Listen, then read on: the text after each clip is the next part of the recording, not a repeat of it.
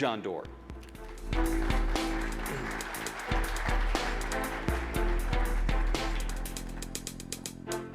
you go. Great to see you here, John. Thanks for coming. Hi, everybody. Really appreciate that.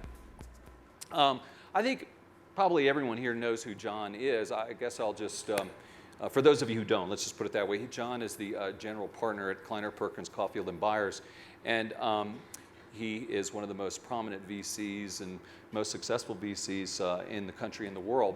And John is, I guess, sort of has been the head of Kleiner Perkins in the same way that Jerry Garcia is the head of the Grateful Dead, which is, sort of yes, sort of no. And anyway, we'll leave it at that. If you know about the Dead and if you know about Kleiner Perkins, I think it's a kind of a perfect match. It is. And you're a Deadhead, aren't you? I'm a Deadhead. All right, good. So it totally works. Anyway, another interesting thing about John is that he has been doing this for quite a while, and he's now in his 4th decade of venture, right? 4th decade. Trucking. That's right. And but if you know him, of course, you won't find anyone who is more energetic or more visionary than John. So it's just amazing how John continues to be at the vanguard of all these things that are going on that are so exciting in our world. And in fact, John, I want to ask you first of all about what's in your lap, which is your notebook. I was sitting at the dinner last night with John and listening to Governor Hickenlooper and James Murdoch, and I looked over and there's John listening, in the only way that John Doerr can listen, which is intentively, just like intensely, and he's writing things down. And talk about these notebooks the notebook that you have. Well, I've had the notebook for a while, and then we all have these tablets, right? Right. And it's been written, and it's the truth. I was once telling Steve that I really wanted to be able to write with a stylus on my tablet, and he turned to me and he said, "John, if God had intended you to write on tablets, he would have given you 10 styli instead of fingers." Right. And that sort of closed the door on that conversation. Steve also at the outset didn't want any applications on his iPhone. And so is that right? It was verboten. He didn't want them polluted by software from other people. You should remember they were jailbreaking them. And, right. And here we are now, 5 years and 1 month since the creation of the whole app economy. So I admire flexibility in leaders because you can change their minds and move fast. So this is good for everything except taking notes. Yes, it is. My partners and I invented a breakthrough new tablet computer that folds open. It recognizes my handwriting. It'll run for years on no batteries. And it's pin compatible with 8.5 by 11-inch documents. You fold them in half. And it even can take yellow stickies as an accessory. So I found... and how long have you been carrying those things around and writing and taking notes, and do you refer back to them? Yeah, 15, 20 years. Is that right? And you have them filed and...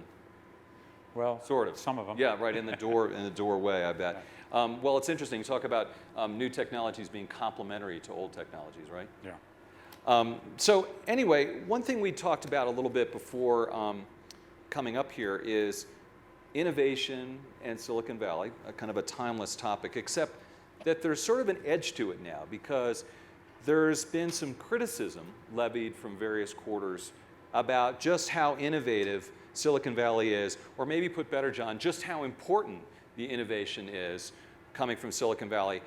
And is it really changing the world? And I think George Packer, who will be speaking this tonight with Adam from the New Yorker, Peter Thiel have raised questions about that. And I'm wondering what your take is. Are you guys really inventing anything important or not? Well, so I want to make sure everybody's with us. Who's read the George Packer piece, Hands in the Air? Yeah, fair amount. Maybe a third of us. Would you summarize what he says, his thesis? That's hard. I wish, is George here? Like I said, he'll be around later on tonight, and I almost, it sort of says that, what does it say? It's about a 7,000-word screed, I think, and he basically says Silicon Valley's a bubble. It's not real or connected with America, and there are a lot of largely self-delusional entrepreneurs who believe that they are changing the world. Mm-hmm. And the gap between the wealthiest and the poorest has never been wider, and the distance between reality and what these techie types think is growing large. Right. That they think by sprinkling some money into the system, they can transform politics in a way Right. that will be good. And then he interviews a bunch of entrepreneurs who I admire in a very provocative way to make the points that correspond to his worldview. And so you don't agree with that? No. Okay, why not? And you know, I do want to bring in Peter Thiel also, because he has a similar vein, although not quite the same. So I've been in Silicon Valley for decades, and I've seen several generations and revolutions of visionaries and entrepreneurs, some of whom are disdainful of government and policy and society, but most of whom understand how important it is in the social well-being, the prosperity of America. You know, when I first got in the semiconductor industry, there was the whole threat from the Japanese, and the government collaborated to create something called SIA. And then Bob Noyce went to run a research center in Austin, and it catapulted the US industry in a competitive way to make steppers so that we could retain control of that vital technology and not lose the industry to the Japanese. Not long after that, DARPA was funded, Right. and with advocacy from Silicon Valley. Let's see, what did DARPA do? They brought us GPS. They brought us CAD, computer-aided design, as a discipline. They literally funded the creation of the computer science domain in university. And they funded the internet. Mm-hmm. And Silicon Valley advocates, technology advocates, were arguing for those agencies and their funding on an ongoing basis. So more recently, I think the passion that I've seen in the Valley is in and around education, especially public education in crummy, disadvantaged neighborhoods. And whether you look at Reed Hastings, a hero of mine who I told you about, while chairman of the board of Netflix, the founder of Netflix, he also chaired the State Board of Education in California under both a Republican and Democratic governor. That's like in his spare time. He completely changed the laws for charter public schools in California. He together with me founded something called TechNet, which was an advocacy organization to argue for more education and investments in these new economies. Mark Zuckerberg gave $100 million in a challenge grant to transform public education in Newark. Saul Khan worked out of his bedroom and created Khan Academy with 6 million students, 3,800 courses, and a faculty of 1. So I think it's not going deep enough to paint the Valley with a great broad brush that says the leaders there are unconcerned about the country or the well-being or the social good or anything other than making money, because it's not true. Interesting. Well, as I said, I hope that Adam and George can continue this conversation tonight. I know they will. There's always so much to talk about with you, John, and you know, the problem for me is the same problem you have and the same problem that so many of us have, which is focus. What do you focus on? And I guess that's kind of the red meat question to ask John Doerr. You know, what do you like now? What are you focused on? Where are the great opportunities? So let's spend most of that time on technology as opposed to personal interests. And we're making 8 big bets at Kleiner Perkins, really 8 trends. And if you'll recall, we're backing innovators in IT, information technology, BT, which I use for biotechnology, with apologies to Tom Friedman, and ET, or energy technologies. So it's everything from bits and bytes to bugs and drugs and batteries and biofuels, and wherever we can find disruptors, really transformational change. And we're going to fail when we do that. But when we succeed, you'll get a Genentech, you'll get an Amazon, you'll get a company that's really transformational and might even create a whole new industry. I've spoken before about the trends in IT, and they're monstrous.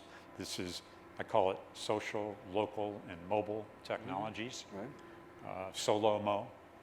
And I think the one I've spoken least about is the local technologies. We all know about social.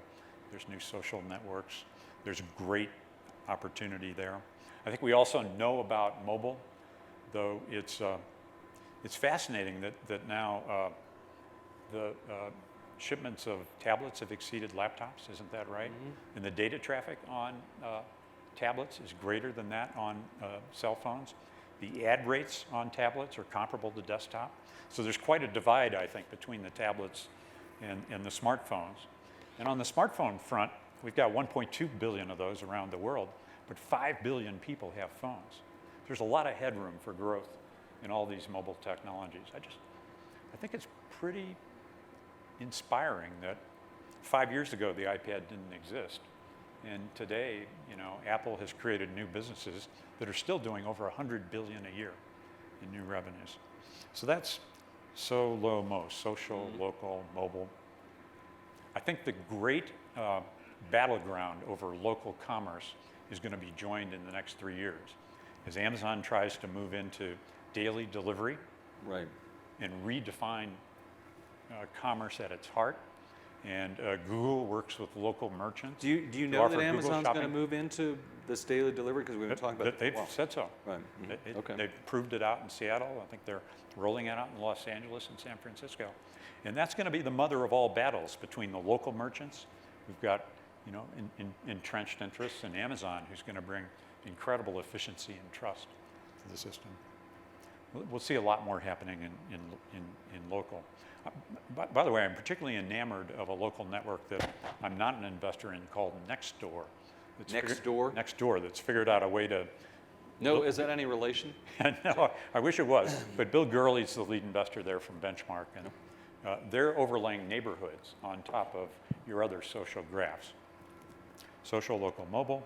And then there's the cloud, big data, and security. It's estimated that businesses lose $115 billion a year to cyber theft. And there's a front page B1 article in the Wall Street Journal today, another business publication, about the investments that the venture industry and entrepreneurs are making. And we have Kevin Mandiant here, right? Fortune cover subject, and he'll be on the stage tomorrow. I think there's two large areas of the economy, though, that you can see are being disrupted. And this is after really years of resistance to change. The first and most obvious of those is the healthcare system, right? $2.3 trillion a year in expenditures. 30% of that is wasted. And only in the last 3 years have we gotten the incentives and technology in place to move all the medical records up to the cloud. Now, if you combine those records in the cloud with gathering big data from sensors on you or me and practice patterns, and change the incentives for the payers and the providers, I think we can take 30% out of the cost of the U.S. healthcare system. Got to do that. And we're sponsoring, and I'm very enthused about investments in that field. Digital health. That, together with what we now know about the human genome and the ability to not just discover, but design drugs that are targeted at specific pathways. There's a story about a man who had colon cancer, sent his tumor off for genomic analysis. They found it wasn't your ordinary colon cancer. It was a variant of it. They had the drug to deal with the pathway. He's completely cured. That's going to happen. I think it will become routine when you're diagnosed with cancer to have that kind of diagnostic done on the disease. But the other one that's very encouraging, I think, is what's happening with educational technology. This is a place where Bill Gates, tech entrepreneurs have worked for a long, long time up against really entrenched resistance from the establishment, whether it's school boards or teachers' unions.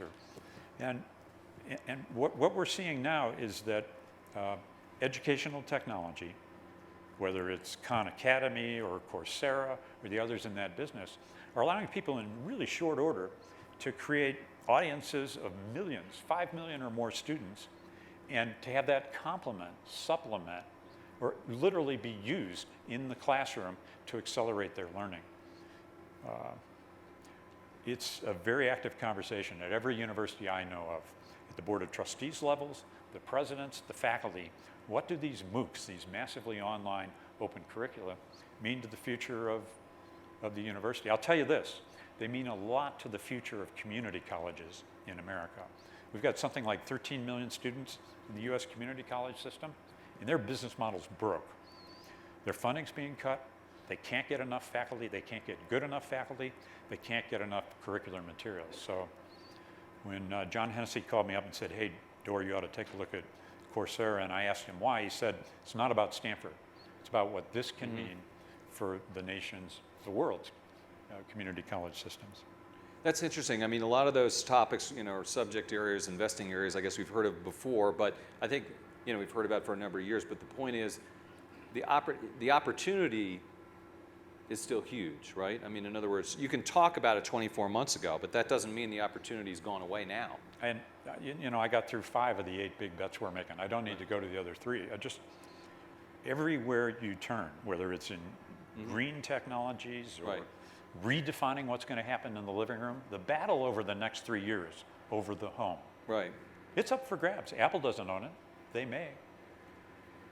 But are you spread too thin? I mean, it's kind of like it's everything, No, it's not everything. There's a lot of things we're not doing. I think not. I'm lucky. I'm in a partnership of about 15 general partners. Right. And we're laughingly organized into 3 groups that are pursuing IT and ET and BT. Charitably organized, maybe that's the word that I want. Right. And so we're working hard every day to serve entrepreneurs and to compete for the best new ideas, the best opportunities. But the business has changed a lot, John. Like I said, you've been doing it for these decades now, and there's some that say the days of the huge returns are over. One, how has the business changed, which I think you would certainly acknowledge. 2, are the days of the huge returns in venture over? Well, so in reverse order, 2, the days of the huge returns are most definitely not over. Most definitely not over. We are at day 0. Enormous new markets are being born. Entrepreneurs who want to work in mobile or social tech, they can get a global audience of 1 billion potential users who will download their applications. That just wasn't possible 3 or 4 years ago. It's the idea that everyone's connected. And computing costs have declined, and we have technologies for cloud computing. There are going to be 2.8 zettabytes of new data created and stored this year. This year. That's as much as was created and stored in all the years before it. Right. We're only going to look at 1% of that data, when probably 20% of it is useful. You know what a zettabyte is? It's 1 billion trillion bytes. It's unfathomably large. 50% of the computing next year is going to be done in the cloud. So these are enormous transformations in technologies that are very large numbers, but they result in meaningful differences to people. I want to go to Peter Thiel, who I admire a lot for his intellect, his comment about innovation. He said, we venture capitalists were looking for flying cars, and instead we got 140 characters. Well, those 140 characters have attracted 500 million people to Twitter, 200 million active users, and I'll argue that they at least assisted in the propagation of democracy, the revolutions in the Arab Spring, community coordination during Hurricane Sandy. These entrepreneurs set out to change the world, and they're doing things I don't think any of us would have, I certainly didn't imagine before. Well, there may be a lot of opportunities. I don't think anyone would argue there, but aren't there also a lot more VCs, and there are a lot more money being thrown at these things, and which are pushing down returns? Or how are things different? So venture investing is about steady state. I think it was maybe $13 billion in the first half of 2012, 11 billion in this quarter. There's some mix shifts all the time. But I'd say we're in one of these rare periods of normalcy where great ventures are getting funded for Series A. Sometimes people are paying too much. A lot of seed investments are being done that aren't going to blossom and go forward. Good companies are able to go public. The bad ones can't. Some offerings are overpriced. Others perform really well. Some things have changed, but let's just pause. Let's pause on that for a moment. Right. What a great country. What a better time to be alive than now. What's changed? Okay, here's a specific thing. The Jobs Act has changed. The Jobs Act was an amazing piece of bipartisan legislation backed by Democrats, Republicans, said we're going to lessen the Sarbanes-Oxley standards for filing for IPOs. We're going to allow people to quietly file for IPOs instead of being pummeled about the ears the way Groupon was.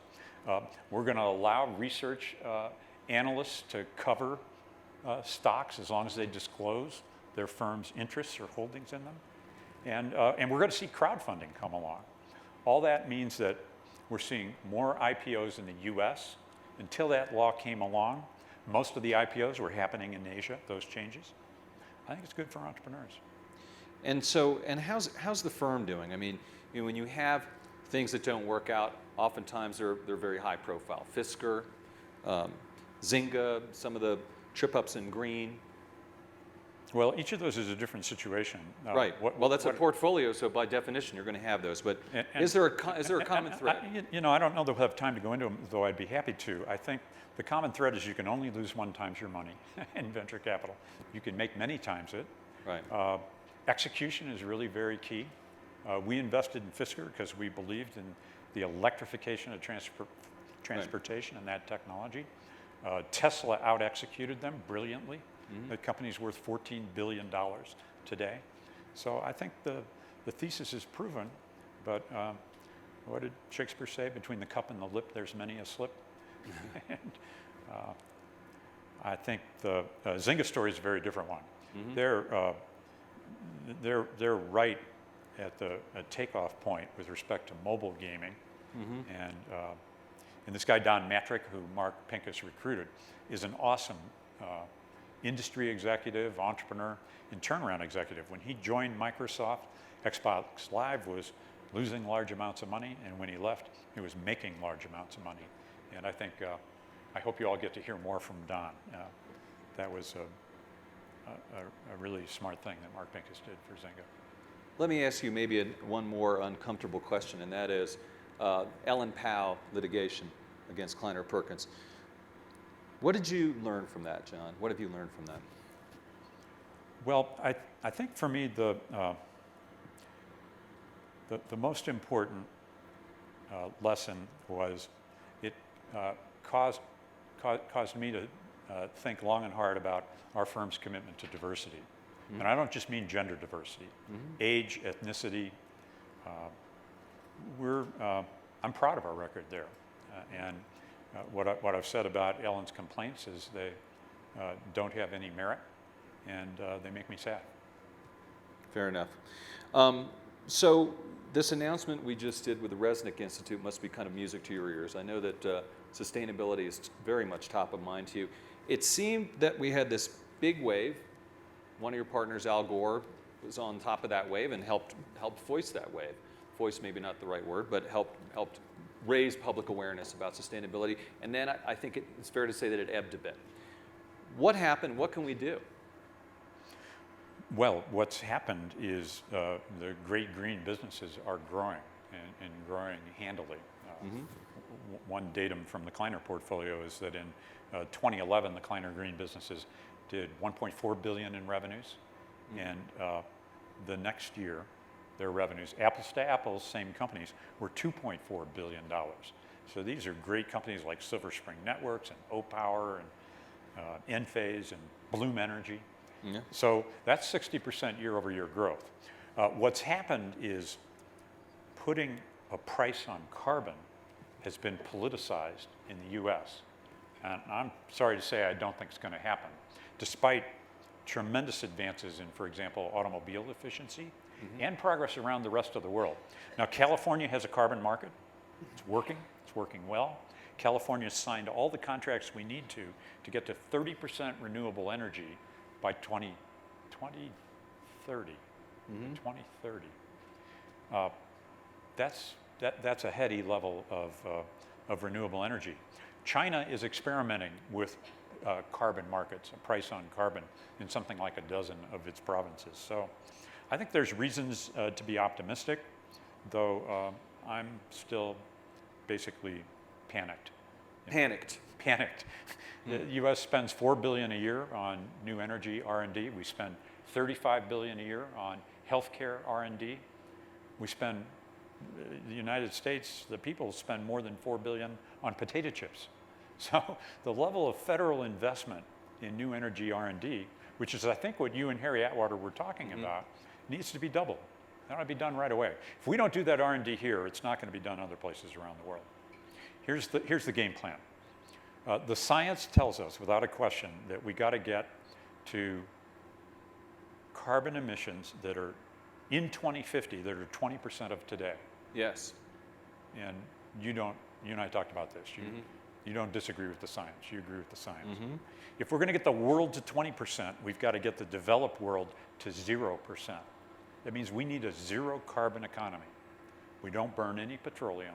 We power our electric vehicles with breakthrough batteries and solar energy and hydro and nuclear, because the developing world isn't going to get there that fast.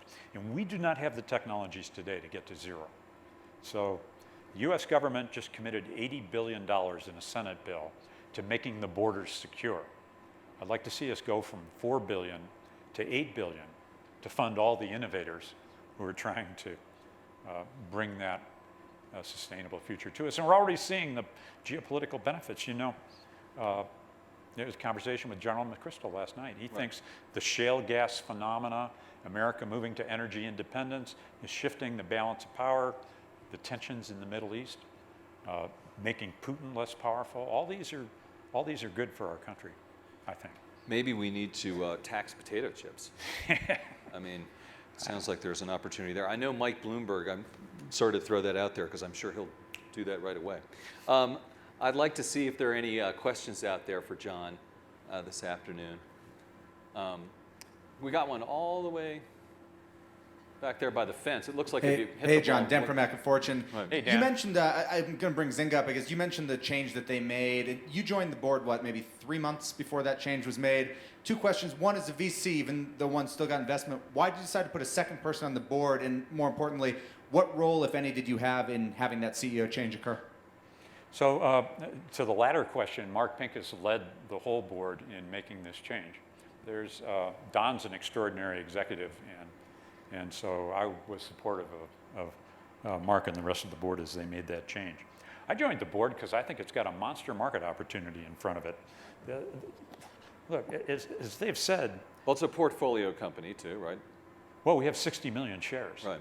And so I want to get that stock price back above 10 where God intended it to be. But the... Be careful, Lloyd Blankfein got in trouble for saying something kind of like that. But, you know, don't you think there ought to be a safe, trusted place you can go to connect with your friends to play games? Yeah, and Zynga ought to be it. Applause there. Yeah, that's the idea. And Matrick and Mark and the rest of the team, these are very good people. They missed a beat from moving from Facebook to mobile, but they're on it. Right. Any questions? Any other questions? If any of you have breakthrough technologies, I would love to see you right after this meeting. Right, right. I've got just one or two more quick questions here, John, and that is, you know, going back to this, you know, endeavors that you were working on outside of business, which is to say the political sphere, and you are working kind of, is it fair to say, behind the scenes about sustainability? I mean, or I should say, on carbon. Let me put a finer point on it. There's about 3 causes that I really care about. The one that I'm most concerned about is the climate crisis, because as Al Gore's movie showed that little frog in the pot boiling, there's a long lead time to that set of changes, and I believe that some very simple things like doubling the R&D. I'm on this American Energy Advisory Council. You know about that, and we can do this. We got to do this. Right. I'm convinced we're going to lower healthcare costs. I'm convinced we're going to create more jobs in the country. I'm not convinced we got the climate thing under control. What are the other 2 causes that you work on? Public education, especially in the crummy neighborhoods. Right. You know, 25% of our schools are killing our kids. Right. They don't read at grade level. They don't learn how to do symbolic manipulation, i.e. algebra.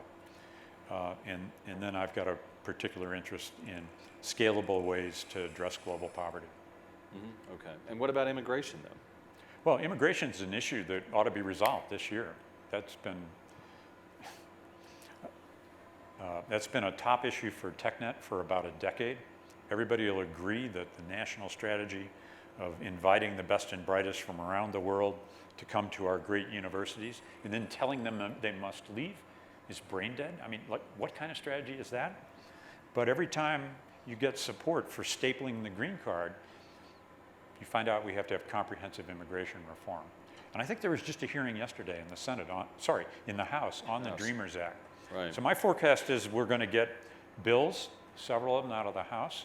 It'll go into conference, and we should get a law. We should get a law. Right. All right, we're going to have to leave it at that. Please join me in thanking John Doerr. Thank you.